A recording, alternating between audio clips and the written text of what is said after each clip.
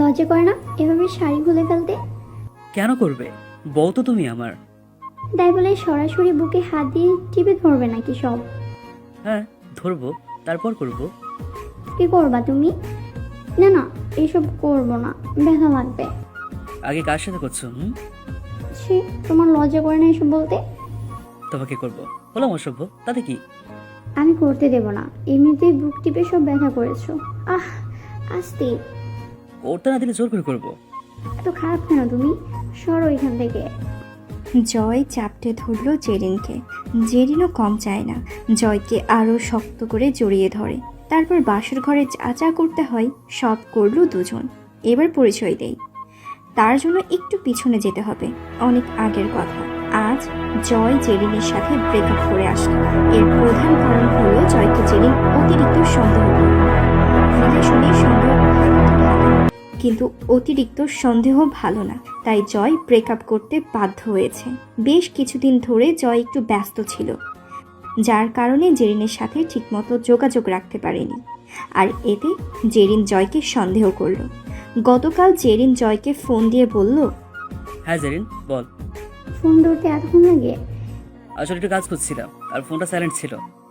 মিথ্যা বলা লাগবে না, কার সাথে কথা বলেছিলে সেটা বলো। কি বলছো সব?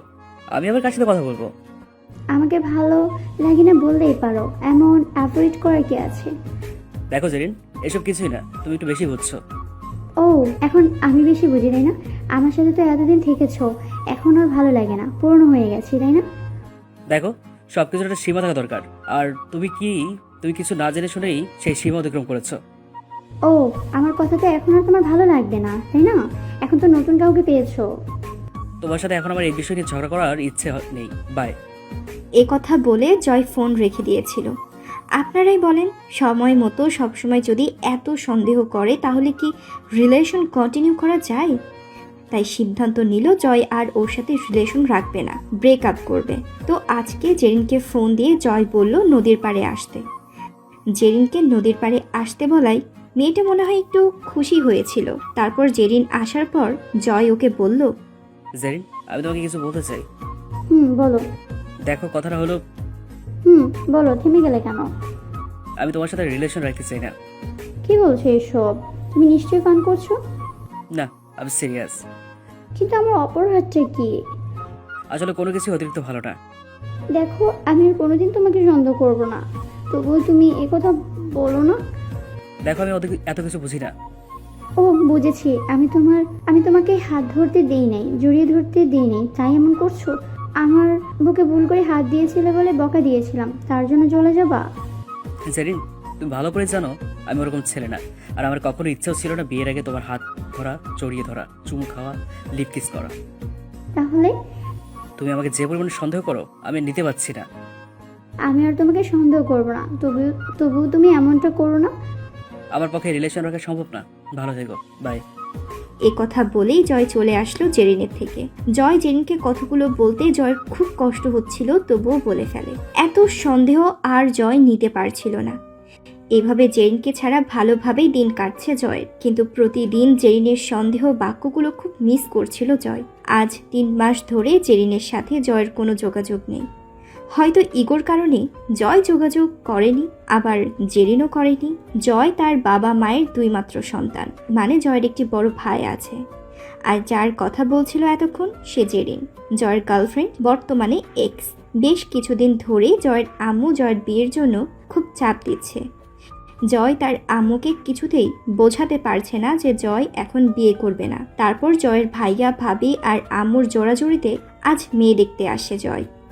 তো জয় বসে আছে পাশে তার ভাইয়া ভাবি। একটু পর মেয়েকে আনা হলো ওদের সামনে। মেয়ে মোটামুটি সুন্দর, কিন্তু জেরিনের মতো সুন্দর না। মেয়েকে দেখেই জয়ের জেরিনের কথা মনে পড়ে গেল।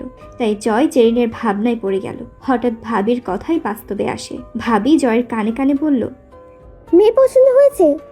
না ভাবি। কি বলো, মেয়ে তো ভালোই সুন্দর। না, আমার কাছে ভালো লাগেনি। বাসায় যাওয়ার ব্যবস্থা করো। তারপর আর কি, বাসায় চলে আসে দুজন। বাসায় আসার পর ভাবি জয়কে বলে, মেয়েটা কত সুন্দর, আর তোমার কাছে ভালো লাগলো না? না ভাবি। তা দেবরজি, আপনার কিরকম মেয়ে পছন্দ? এমন একটা মেয়ে যার চোখগুলো টানা টানা, মানে হরিণী চোখ, হাসলে গালে ঢোল পড়ে, যার মুখে সবসময় হাসি খুশি লেগেই থাকে, আর কিছুটা তোমার মতো। কি বলিস, এমন মেয়ে পাবো কোথায়? এই জন্য তো বলি যে এখন বিয়ে করার দরকার নেই। চুপ একদম, মাই খাবি। তোমাদের যেতে ইচ্ছে করো, আমি গেলাম। এভাবে এক সপ্তাহ ভালোই গেল, কোনো বিয়ের কথা নেই। কিন্তু গতকাল রাতে ভাবি জয়কে বলল, জয় শোন, কালকে মেয়ে দেখতে যাব। আমি বুঝলাম না, আমার বিয়ের জন্য তুমি আর ভাইয়া তো উঠে পড়ে লেগেছো কেন? কারণ তুমি যে আমাদের রিলেশন থেকে শুরু করে বিয়ে পর্যন্ত সব ঠিক করে দিয়েছো। তাই বলে এখন তার ঋণ শোধ করছো? ছি, কি বলছো জয়? এখন কিন্তু তুই আমার দেবর না, আমার ছোট ভাই। তাই আমি আমার ভাইকে বিয়ে করাবো, তাতে তোর সমস্যা কোথায়? মনে যেন থাকে কাল মেয়ে দেখতে যাচ্ছি। পরের দিন ওরা মেয়ে দেখতে গেল, কিন্তু যে বাড়িতে গেল সেই বাড়ি জেরিনদের। তার মানে কি জয় জেরিনকে দেখতে আসছে? যখন মেয়েকে জয়ের সামনে আনা হলো তখন বুঝতে পারলো যে জয় জেরিনকে দেখতে এসেছে। জয়ের মনটা হঠাৎ ভালো হয়ে গেল। জেরিন এখনো জয়কে দেখেনি। তারপর জেরিন যখন জয়ের দিকে তাকালো তখন মনে হয় ভূত দেখেছে এমনভাবে জয়কে দেখতে থাকে। তারপর ভাবি জয়কে একটা খোঁচা দিল। জয় একটা মুচকি হাসি দিল। ভাবি মনে হয় বুঝতে পেরেছে যে জয়ের মেয়ে পছন্দ হয়েছে। তাই ভাবি সবার উদ্দেশ্যে বলল ওদের দুজনকে আলাদা কথা বলতে দেওয়া দরকার। সবাই সম্মতি জানালো। তারপর জেরিন জয়কে ওর রুমে নিয়ে গিয়ে দরজা আটকে দিল। তুমি এখানে এসেছো কেন? কেন মেয়ে দেখতে? তা এ পর্যন্ত কয়টা মেয়ে দেখেছো? তোমাকে নিয়ে 2টা। ও, তা বাইরে গিয়ে কি বলবে? বলবো যে বলবে আমার মেয়ে পছন্দ হয়নি। এটাই বলবো, তোমাকে তো আমি বিয়ে করবো না। এ কথা বলে জয় জেরিনের দিকে তাকিয়ে দেখে জেরিন জয়ের দিকে করুণ চোখে তাকিয়ে আছে। তারপর জয় দরজা খুলে হাসতে হাসতে বের হলো। সবাই বুঝে গেল যে মেয়ে জয়ের পছন্দ হয়েছে। তাই সবাই মিলে জয় আর জেরিনের বিয়ে ঠিক করে ফেলে। রাতে জয় তার রুমে বসে ল্যাপটপে কাজ করছিল। তখনই জেরিনের নাম্বার থেকে কল আসলো। হ্যালো। ওই, তোকে বললাম না বলবি আমাকে? তোর পছন্দ হয়নি? বলেছে, আর আমার পছন্দ আমার কাছে। তোমার কথা হবে নাকি? তুই বিয়েটা ভেঙে দে। পারবো না, আর তোমার দরকার হলে তুমি ভেঙে দাও।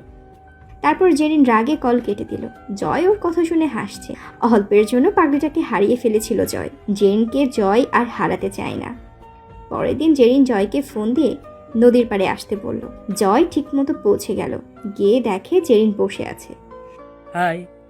হুম। তা হঠাৎ এখানে ডাকলে কেন?